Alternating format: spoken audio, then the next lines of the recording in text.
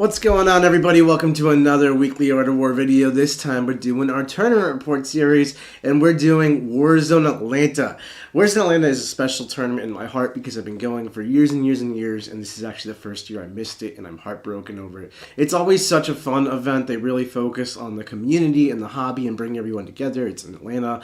Very welcoming community, really great Warhammer players, and it's a really cool event. It's got a lot of unique elements to it. It's got this whole bounty system where you can pre-buy things, and people who have achieved those things during their games throughout the tournament get silly prizes, and it's just a really fun event.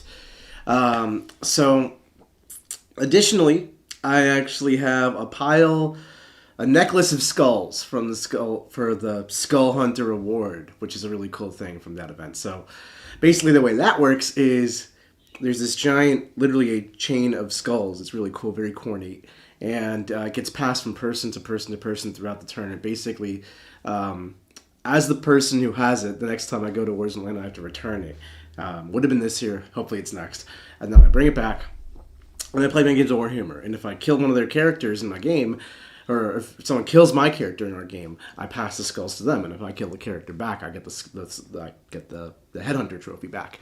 And we go back and forth, and then let's say one of us ends up with the skulls, maybe my opponent in the next game, so on the tradition continues. He takes it with him to his next game, and maybe it gets past him on from there, and goes home with somebody else. So really awesome, really wholesome event that I absolutely love, and I couldn't do it the disservice of not covering it this tournament. It's also traditionally a very hard tournament. Last year, John Lennon won it, knocking me out. I got second, he got first in a really, really awesome event battle. But this year, I don't think any Art of War team members were able to make it out. We're in the process of kind of getting ready for an exciting surprise coming up for all of you. So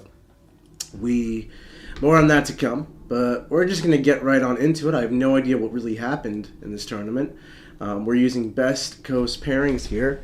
Best Coast Pairings is a website/app, which is basically what all of the Warhammer 40k tournaments and other game systems like Magic and Yu-Gi-Oh! And all them, they use to do pairings and tournament organization, things like that. And it's really nice as just a data collection tool because you get to see all the different players, how they placed, what they played against, what their lists were, what their records were, who they lost to, who they beat, and all of that good stuff.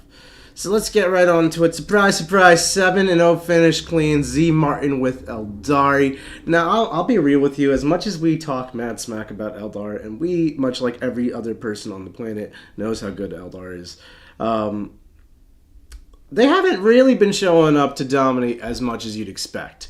So this deserves a shout out.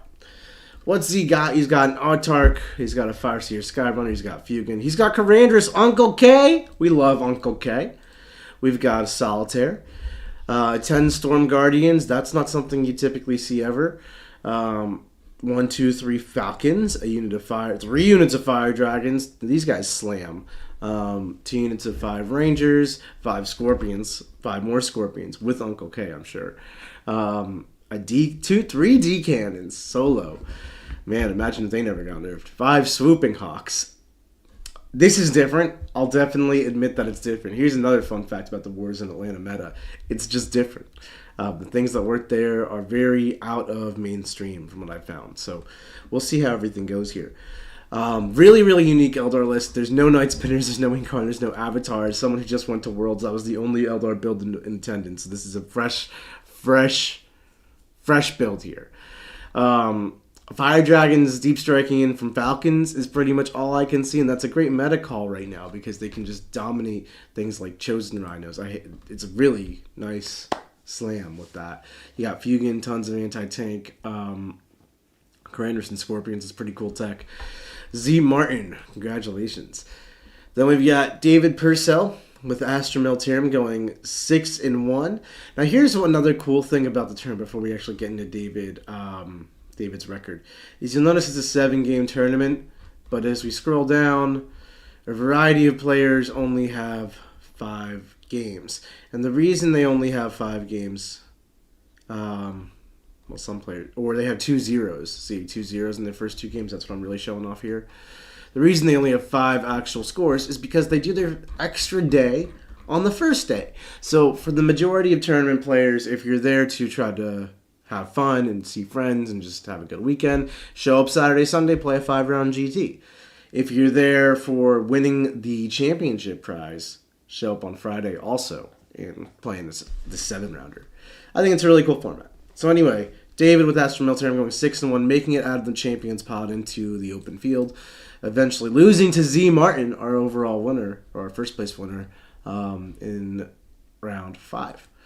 So only one loss to the overall tournament winner, which is Lord Sololiantis, a platoon command squad. 3 Demolisher tank commanders. Oh, we got the Catechins. I love the Catechins. They're so cheap. I don't know how people don't run the Catechins. They're so cheap for OC2. We got some Bulgrin, nice big old Bulgrin unit.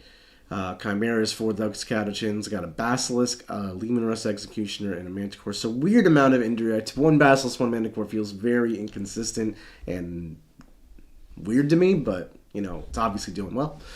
Leman Russ Executioner with Last Cannon Multi-Meltas, 2 Scouts, 3 Scout Sentinels, and a Callus. This is a great guard army. If, you know, I would personally change the indirect loadouts, but 4 Leman Russes, 3 Demolisher Tank Commanders, Lord Sololiantis, it's got it all. It's got the juice to shoot you to death and from the table.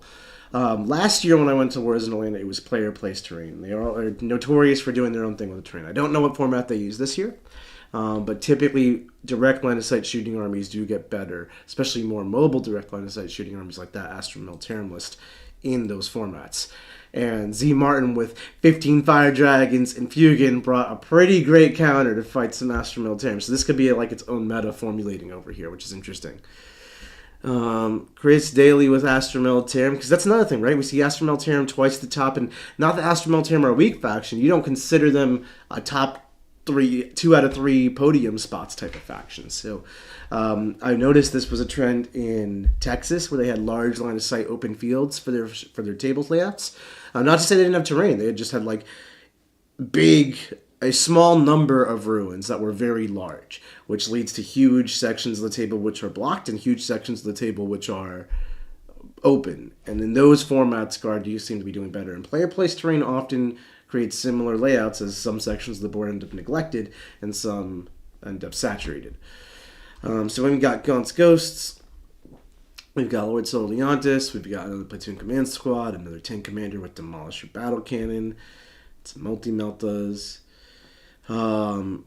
Catechins, infantry, boom, boom, boom, 2 Chimeras. So this is not the same triple tank commander I was expecting to see. 6 Bulgrin. So 6 Bulgrin is not something I see often either, but they've been mainstays in both these guard lists. Very interesting. Cyclops Demolition Vehicle. That's just a cheap mission play garbage tool.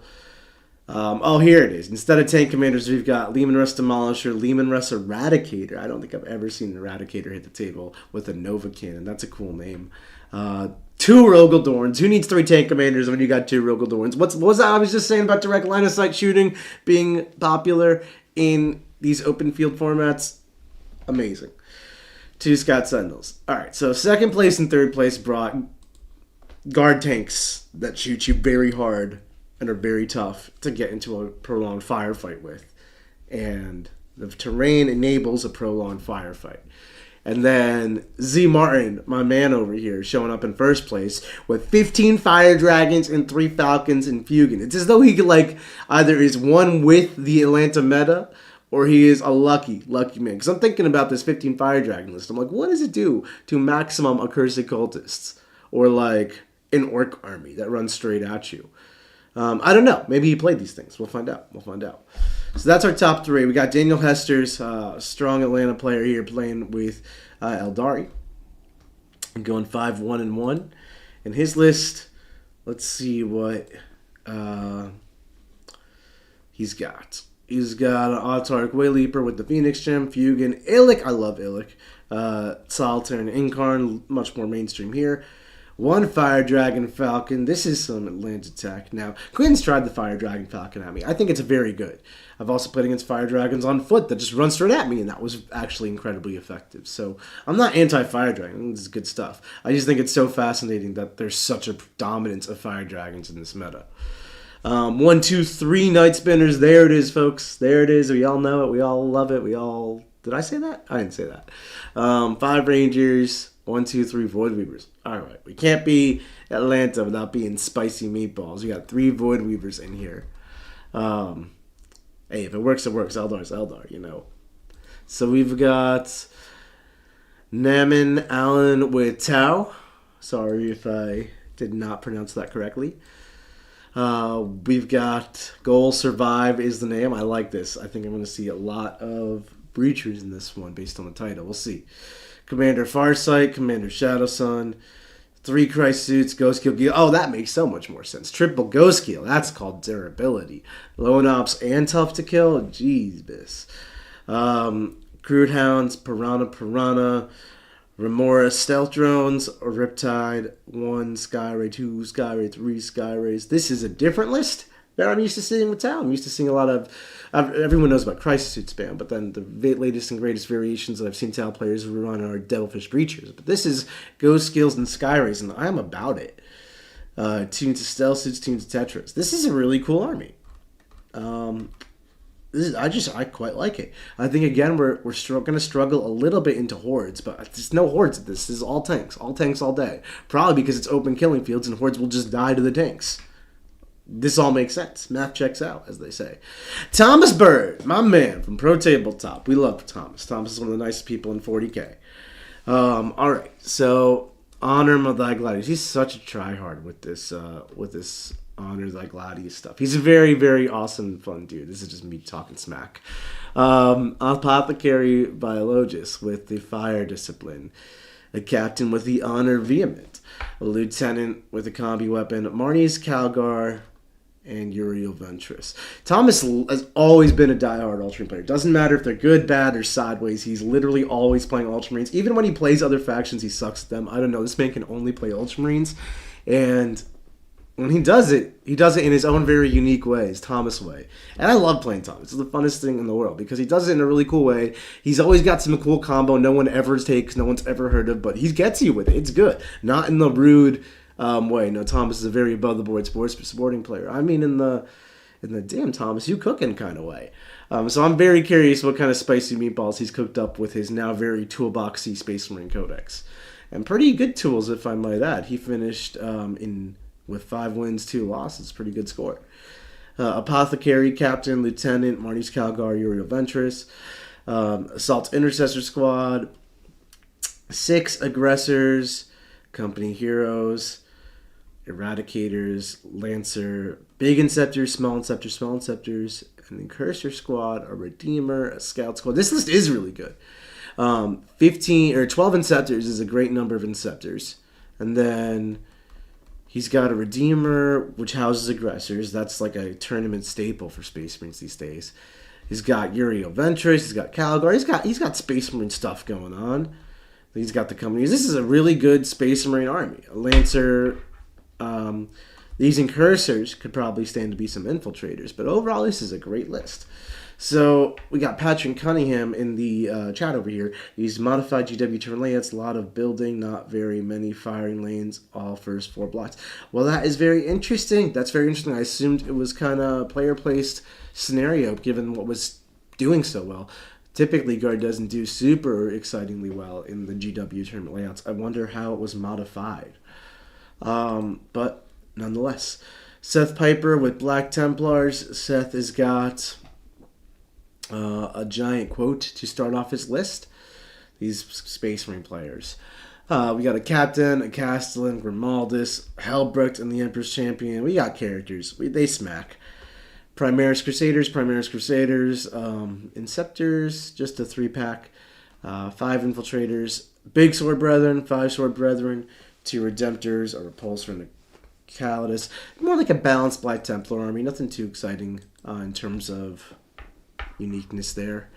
Nick Keever from Vanguard Tactics with Lisa Votann going 5-2. Very respectable. He's a former Art of War member. We've got Brokir Ironmaster with the Ironhand Champion. Grimnar, a Call. 2x10 Hearthkin. That looks like pretty typical Votann stuff. 6 Thunderkin, a unit of Berserks. 15 Hearthguard. Oh, sorry, there's 20 Warriors and 15 Hearthguard. Still pretty typical. 2x3 Pioneers, and there's the 6 Sagittars. So very MSU Votann with the Hearthguard doing the big damage heavy lifting, Brocure doing some anti-tank, and Berserks to provide some counterpunch. Very typical. Nice 5-2 finish. Colin Cochran with Chaos Space Marines. Colin's got... This is the first sighting of Chaos Space Marines here, by the way, in 9th place. I do not know what that's about. Atlanta, my boys and girls. Abaddon, the Despoiler, Chaos Lord, Cultists, Rhino, 5 Chosen, Forge Fiend, Undivided Nurgle, 4 Undivided Blitz, 2 Nurgle Blitz, 5 Slanish Warp Talons, and 3 Nurglings. This is like stereotypical MSU CSM. Little lighter on the Chosen, little heavier on the Forge Fiend. Season and sprinkle spice as you like. And then finally, to round out our top 10, we've got people who did not play their first 2 games. So we'll probably stop there at top 9 because everyone else was just competing for their, grand tournament experience. So let's look at Z's path to victory as we break this down. Z played against Matt Aspinwall. Now remember, everyone he played in the first day, which I think is 3 rounds. I think it's 2 rounds. Is people who are trying to win the whole thing. Skulltaker, Changeling, 2x3 Nurglings, 30, 40 Pink Cars, and Plague Bears. This army is about points. It's trying to score points at you. Is there Skulltaker, no Bloodletters here? Savage. Blood Crushers, MSU Flamers, MSU Fleshhounds, MSU Screamers, MSU Seekers. This is MSU Demons, and it warms my heart, but you cannot take 0 damage to an army and expect it to be okay. So, Matt Aspinwall taking the L over there. What was the score of that game? 79. He won by 79. Travis Springerman with Dark Angels. Looks like normal Dark Angel stuff. Chaplain, Lieutenant Tech Marine, Azrael, 5-man Heavy and Intercessor and Impulsor. There's the 10-man Deathman Command Squad, 10 Hell Blasters, Infernus, Executioner, Hailstrike, Vindicator, Whirlwind. Yep. Math checks out. Good anti-tank tech there. Z Martin knocking out Joe McMillan in the next round. Joe McMillan is one of the stronger players in the Atlanta region for sure. Rule of 3 can't hurt me. We got 3 Chaos Lords, 10 Cultists, 5 Legionnaires, 1-2 Rhinos, 5 Chosen, Forge Fiend, a Blitz, Talons. Yeah, this list is power, this list is pain. Z Martin taking a win over Joe here. This is a pretty impressive victory, I must say. Z Martin knocking out Seth Piper and his Black Templars in round 4. David Purcell in round 5. David's got the Astra Militarum that we had talked about, who got 2nd place. Then we're playing Alexander Stematu, who's got Chaos Space Marines. This triple 5 Dragon is actually a very good counter to the Rhinos and Forge Fiends that Chaos Space Marines offer. You can really demech them early, like very early in the game, and kind of just outpace them from there. It's a nice innovation. So this has got the Dark Commies. We did end up playing against an Accursed Cultist unit, but this is where like Commanders and Scorpions can muster their way through 1, no problem. 10 Cultists, Legionnaires, double Legionnaires, triple Rhino, Curses, 10-5 Chosen, Forge Fiend, a Blitz, 3 Nurglings, and Scrubs. This is like so close to my Worlds list. So close. And then last round we played against Naman, who used the Tau, who did not survive, despite that being his goal. Really impressive run from Z Martin over here. Let's see what these Astra Militarum players played. I'm very curious what their strength schedule was like. So this is our list with the 3 tank commanders and extra Lehman Russes that got 2nd place. It played against Chaos Space Marines in the first round. Typical Chosen, Forge Fiends, a Blitz, Talons, yep, normal stuff. Got Tank Robbins in the chat. What's up, Tank? Giving some love. JD Tatum in round 2. This is Monster Mash Eldar, so Avatar and Incarn. Did we go crazy? We can go crazier than that. 10 Wraithguards. This is like normal Eldar good stuff. So something like this, 10 Wraithguard, Avatar, Incarn, I don't think beats a lot of Lehman Russes does not beat Wraithguard, Avatar, Incarn if there is ample terrain on the board and a competent opponent, right? Because then you've got the ability to phantasm back and forth behind walls. There's not enough indirect to really do anything about it. The Avatar can just run rampage on these tanks here. But if it's open killing fields, I can totally see it. And that's like the only way I can totally see it. So that's very interesting. And in round 2, you're playing someone who is supposedly trying to win the whole thing. Zachary Jipinson with Knights. Yeah, I could definitely see how Chaos Knights struggle to handle tanks and guard. Gavin Lee, we've got with Tau, very suit heavy, Hammerhead heavy Tau. Now, Hammerheads versus tank commander sounds like the swingiest math in the world. Riptides, tank commanders, this is just people shooting each other. This is some caveman 40k. I love it. Don't mean to be dismissive of it. Then we've got Z Martin versus David. This is the one loss. Ruben Fernandez in round 6. Shout out to Ruben, my boy, playing Orcs. Ruben with Mad Orcs over here. He's got, his list is titled Piggies. Let me guess. There's 18 Squig Hogs, 4 trucks, Flash Kits, Grots, Big Knob Unit. There's the 18 Squig Hogs. Yeah, running straight at the tanks. It works or it doesn't, you know? In the last round, David played Thomas Bird and his Ultramarines. So very, very all over the place field. Honestly, a very impressive run. That is really, really well done to David to beat that variety and reel of lists. Very impressive. Chris Daly with his Astra Militarum. This is the Rogel Dorns. Even more firepower, even fewer bodies, less angle play, more power. Gaunt's Ghost, Leontis, Platoon Command, a Tank Commander. There's the Catechins. I love the Catechins. Oh, we've already went through his list. I'm trying to go through strength schedule. I keep doing this. Okay, playing against Brandon Lovato. Brandon's got Aeldari with an Autarch, Farseer, Solitaire, Spiriteer, Incarn. There's the triple Night Spinner. I could see this not going well for the Aeldar, for sure. If there's not great terrain or if they mess it up. So I could see that one. Because that one doesn't have the Avatar, which is its own layer of extra pain, and the triple Warwalkers that I saw in the other version. That list was like designed to kill tanks so well. This list is a little less, so I could see this going Chris's way. Brian LaCour, good buddy of mine with World Eaters. He had a rough weekend going 3-4, I saw. Poor Brian. Angron, Invocatus, Loran Juggernaut, Master of Executions, 10 Jackals, 10 Berserkers, went to Run Rhino, bunch of 8-bound, Exalted 8-bound, and some Spawn. This was probably a classic run straight at him kind of game and get shot on the way in. Sponicus Anderson. Sponicus is running Eldar as well. This is a double Night Spinner Avatar Incarn version with 10 Wraithguard. Another really impressive win for the Guard here. I think this would be pretty tough for the Astra Militarum on paper, unless the terrain was really heavily favored. Then we got Nick Fuller. Nick Fuller's got Tyranids, bunch of sneaky Tyranids. I could see Guard just muscling their way right through this. And then Alexander Stemitu with the good stuff, Chaos Space Marines. Really, really impressive run by our top 3 here. They played against Chaos, they played against Eldar, they played against great armies, they played against good players. This is a great tournament. I kind of am really jealous that I did not get to go. Next year I'd love to go, bring those skulls back. Hopefully you all enjoyed this tournament report. I'm very impressed with what I saw, the performance of the Astra Militarum. I think people are sleeping on that faction. And Eldar still taking the top spot because we all know who is top dog. Thanks so much for watching, everybody. Let us know what you thought in the comments, letting us know if you have any events coming up that you want us to report on. And I hope you have a happy holiday season and a wonderful, wonderful day. Thanks so much for watching, everybody, and we'll catch you later.